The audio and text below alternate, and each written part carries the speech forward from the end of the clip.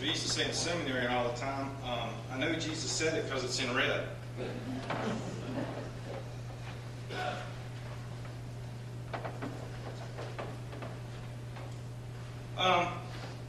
If I were to ask you this morning, how many times in the New Testament do you see the word Christian, what would be your guess?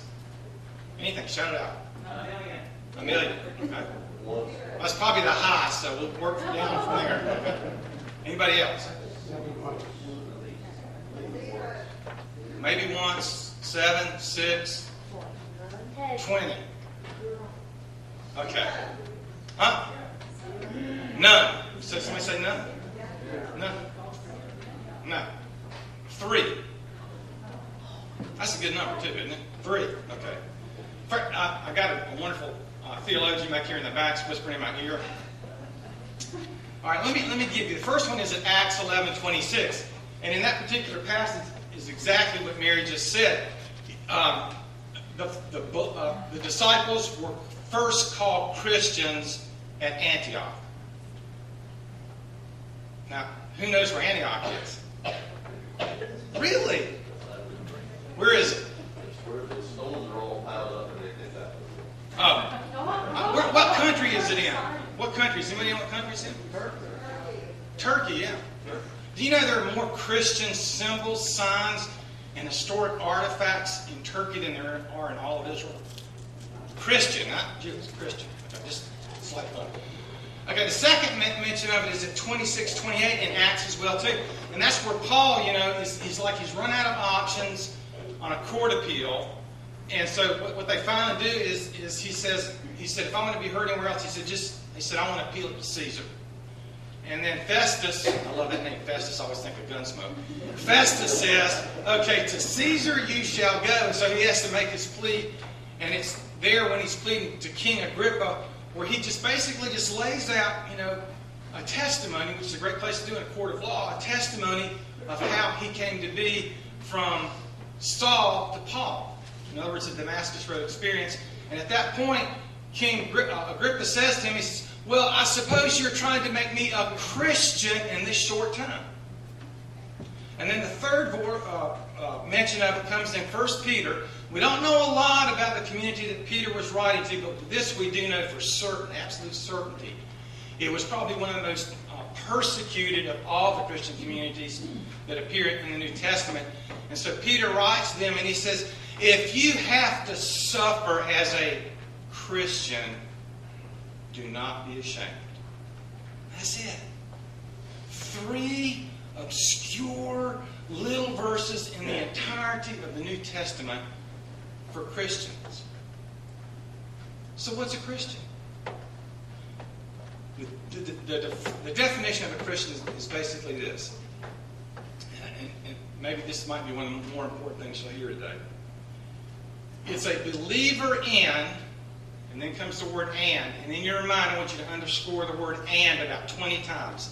A believer in and, not or, and follower of Jesus, the Messiah, or Jesus the Christ.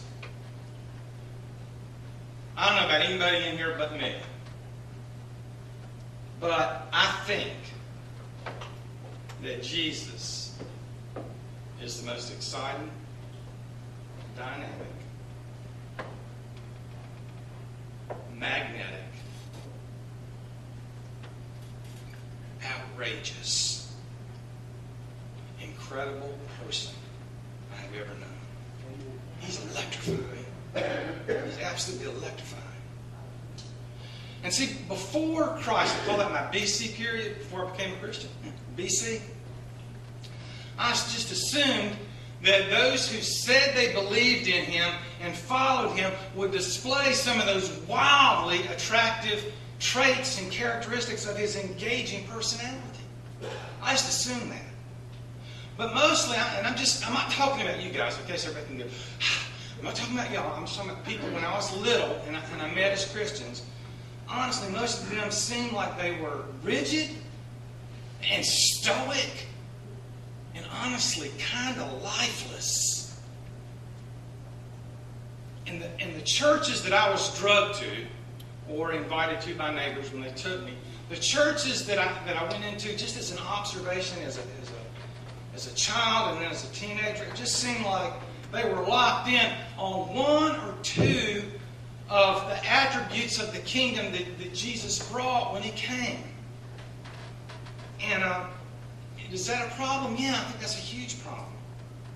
See, I think when churches or denominations limit themselves to just one or two of the aspects of Jesus, and things that He brought as a result of the kingdom, like righteousness and mercy and justice, or signs and wonders, where in some denominations, if you don't speak in tongues, you're not a Christian. When you limit that kind of stuff of Jesus to one or two words, you can't live a life speaking one word to somebody, can you? You can't carry on a conversation with one word. It's impossible. John Eldridge puts it this way. It's like the village idiot banging one note on a piano. Ding, ding, ding, ding, ding, ding, ding, ding, ding, ding, ding. Eventually the world turns away. All those years, BC, I kept wondering about the Jesus that I read in here and the distinct difference between the people who say they believe in Him and follow Him. And I guess subconsciously, I was just hoping to find a Christian somewhere, somehow, who didn't live their life in a black or white world, but lived their life exuberantly, sort of bouncing through life on a Technicolor trampoline. Not a one-note religion. I don't know how we got here. Because, if you pick this thing up and you read Matthew, Mark, Luke, and John, eyewitnesses, people who saw Him, ate with Him, broke bread with Him, touched Him, prayed with Him, cried with Him. Not a single one of them talks about a one-note Jesus. All of them have a different kind of story about His magnetic personality to tell. If you just take the Gospel of John alone, Jesus Himself describes Himself in a myriad of different ways. Here's just a few. I am the bread of life. I am living water. I am a spring of water welling up to eternal life. I am the resurrection and the life. I am the way, the truth, and the life. Jesus couldn't define Himself with one word, one note. And despite all of the variety of metaphors that all the disciples and the eyewitnesses and Jesus Himself used about Jesus, there's one recurring theme. Life. Life. For some reason or another, I don't know how or why, it seems like the disciple and the Apostle John was able to put his finger on what it was that lay behind all that magnetism of Jesus. And it was life. Listen, in 4 verses into his gospel, he says, in Him was life, and that life was the light of men. And in 3:16, of course, the verse that we all quote and know. For God so loved the world that He gave His only Son, that, I love this, whosoever, if anybody believes in Him, they shall not perish but have everlasting life. And if we needed more evidence, Jesus Himself gives it to us in this 10th chapter of John's Gospel. He describes Himself as a good shepherd. And then he defines those who believe in Him and follow Him as His sheep. And then in keeping with that illustration, because it was important to it, he adds an element of threat to it called the thief. You got to understand, thieves are all part of the life of a shepherd. Because you see, whenever the shepherds were moving the sheep from pastures to pastures, lurking in the background were thieves. And the thieves only had one purpose: to steal, and kill, and destroy. They would come in and they'd steal the sheep. And then they'd kill them for food or clothing. And they kept destroying the herd until it was compromised in numbers and integrity. Thieves. The thief, Jesus said, comes on to steal and kill, destroy. Seems like shepherds and saviors, and those who believe in them and choose to follow them, we're not going to live a life without threats, without challenges. Many who were in earshot this morning have felt those arrows. The thief has come to your life in ways you never expected. And joy was stolen, and hope was killed, and trust in the very God you said you believed in was destroyed. Some of you are probably saying, no. Not me. No, not me.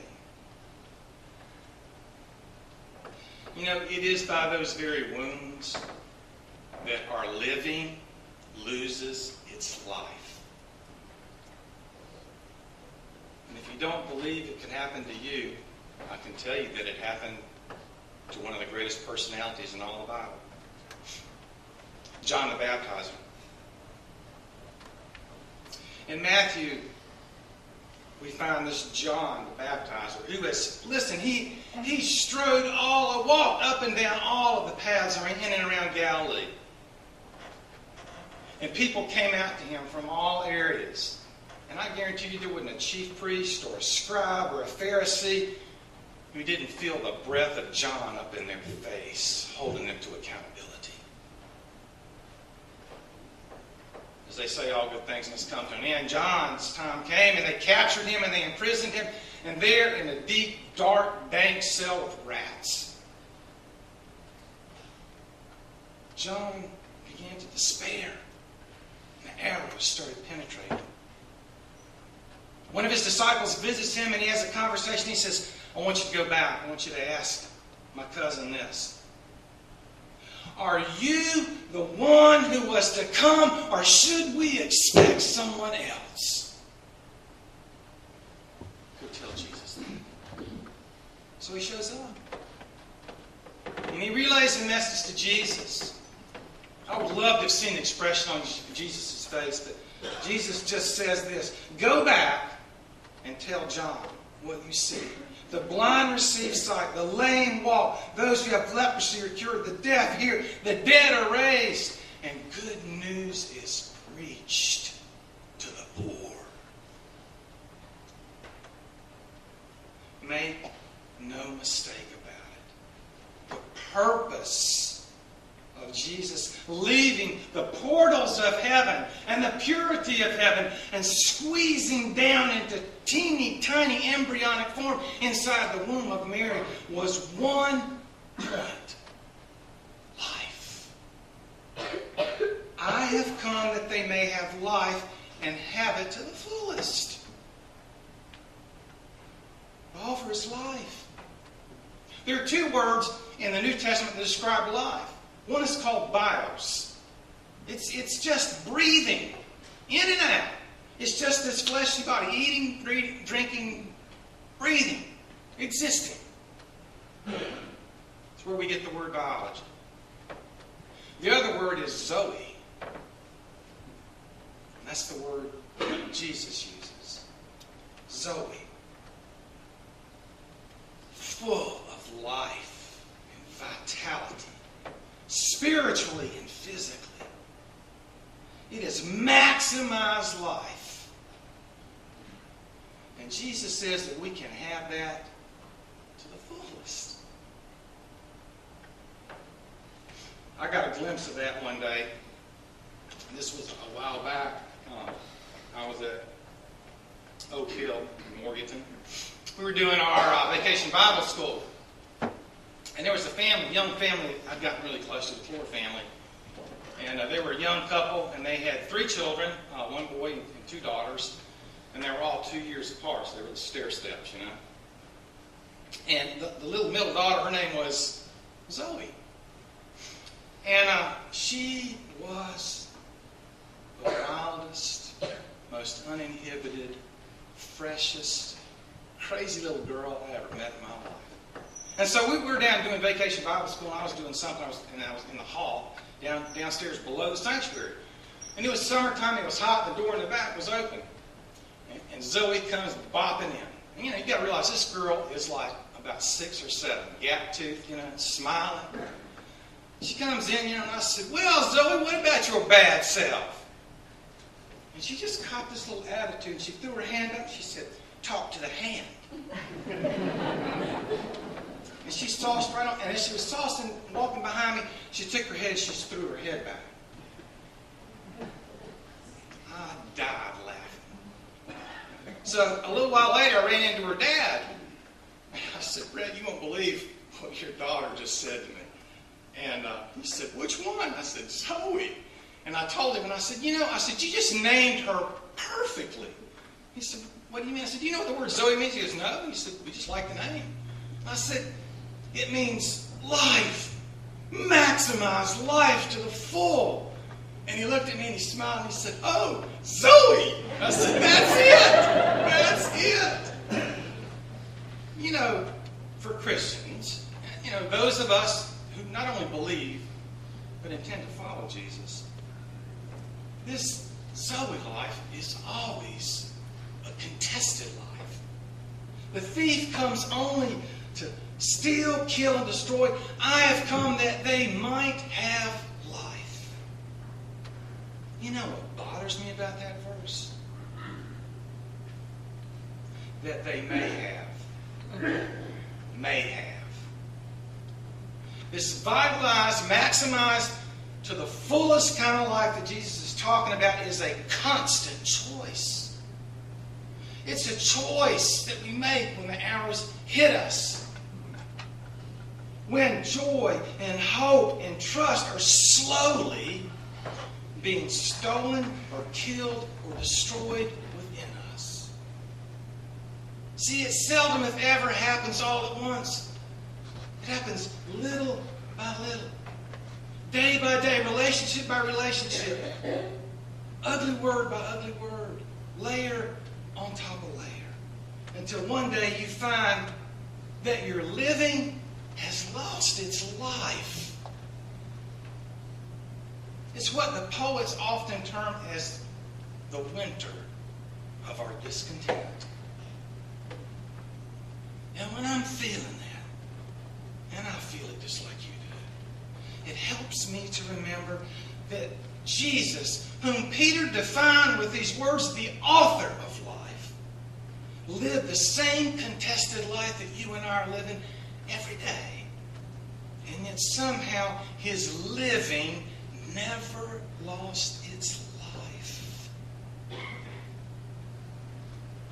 You know, if you could take a picture of this Zoe, this zestful, vital, maximized life, what would it look like? Would it look like, you know, maybe the first emergence of spring after a long, hard winter? Would it look like the innocence or the sauciness on a child's face? Or maybe it would be a sort of a combination of both. Let me share a picture.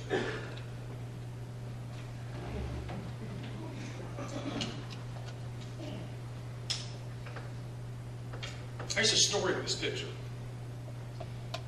We all know how hard this winter was last year. I mean, it was hard for us here.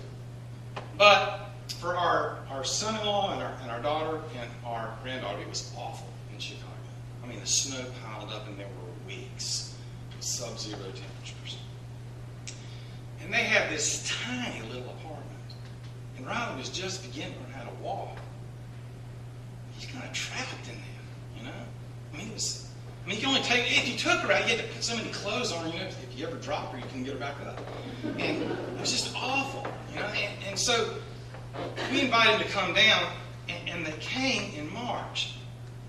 And they left ugly, snowy, blowing, freezing weather. And they come down here in March. And it was about March 11th, if memory serves me correctly. And we had this, you know how March is in North Carolina. You know, so if you don't like the weather, stick around 5 minutes, it'll change. And, you know, we had this bubble of incredible spring-like weather. Gorgeous. Just a bubble. And so, in the first day they came, and we even had, you know, dinner outside on the deck with the parsonage, you know, and everybody was just like, I can't believe this is so nice, you know. And the next day, little Riley's walking with us over from the parsonage over here to the church. And as she did, the sun just hit her. And the clouds sort of parted, and the wind blew back her hair. Boom! Zoe. If you're wondering how your living lost its life and you want it back again, well, there's no patented formula, but I would suggest turning your face to the sun, S-O-N, and letting the wind of the Spirit blow through your soul and clean out all those cobwebs and stuff that's been pushed back to the corners. And feel the warmth of your heart all over again. That's Zoe. That's life. I have come that they might have life, and life to the fullest. For every wounded person today, I'm telling you, if you still believe